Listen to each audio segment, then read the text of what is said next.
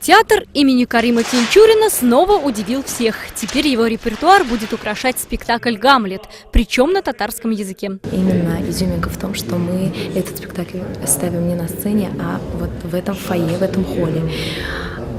Фишка в чем? Во-первых, такая площадка очень помогает, потому что зритель сидит вот буквально в 2 метрах от тебя, то есть мы встречаемся глаз на глаз, и этой 4-й стены нет совсем. К тому же в фойе своеобразная акустика. Появляется эхо, что, по словам актеров, очень натуралистично воссоздает атмосферу замка. Этот эффект хоть и хорош, но создает определенные трудности для актеров. Когда начинаешь вносить текст, когда говоришь, если ты не чувствуешь себя, не слышишь себя после какого-то предложения, то ты накладываешься слово на слово, и получается просто пробалтывание текста.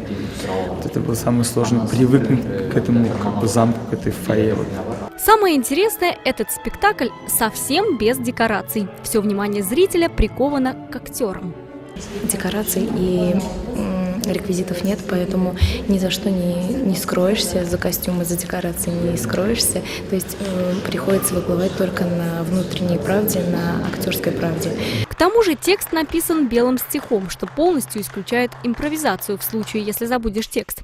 Перевел пьесу Шекспира на татарский писатель Наки Исамбет. Вот только знаменитую фразу «to be or not to be» оставили без изменений. Да и вообще в татарской версии трагедии нередки вставки на родном языке драматурга.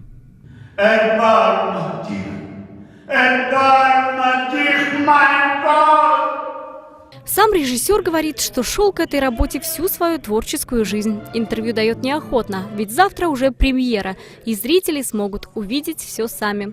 Как всегда ожидается аншлаг, тем более мест не так уж и много, всего 100. Любовь Хроменкова, Инара Вильданова, Родион Топал, служба новостей «Город».